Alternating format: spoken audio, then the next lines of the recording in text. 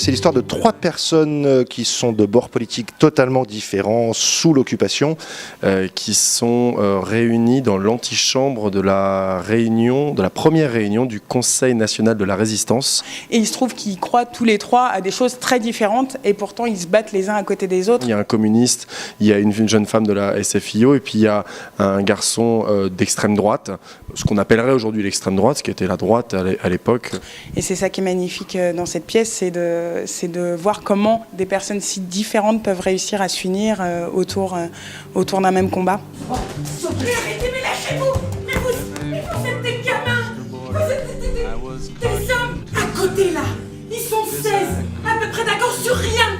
Et pourtant ils discutent sans le calme, sans s'insulter. Le sujet est lourd. Et on le fait de manière drôle, il y a plein de moments où on rigole. On n'est pas dans ce dont on a l'habitude de voir sur la Seconde Guerre mondiale, la résistance. On tombe pas du tout dans quelque chose de glauque, de lourd. Parce qu'on suit des jeunes, c'est très politique, mais c'est également très féministe.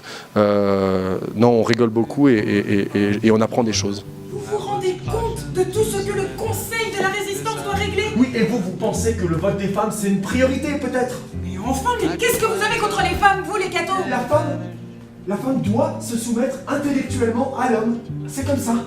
Moi, quand j'ai écrit cette pièce, évidemment, je me suis documenté parce que c'est un sujet assez complexe. Et puis, je m'étais dit, même si la pièce peut ne pas plaire, évidemment, que mon texte ne soit pas bon, mais qu'en tout cas, il n'y a aucune erreur historique. Et non seulement, bon, ça, je sais qu'il n'y a pas d'erreur historique, mais je sais que les gens y prennent du plaisir, rient, apprennent plein de choses. L'essence même du théâtre, c'est le spectacle, l'humour.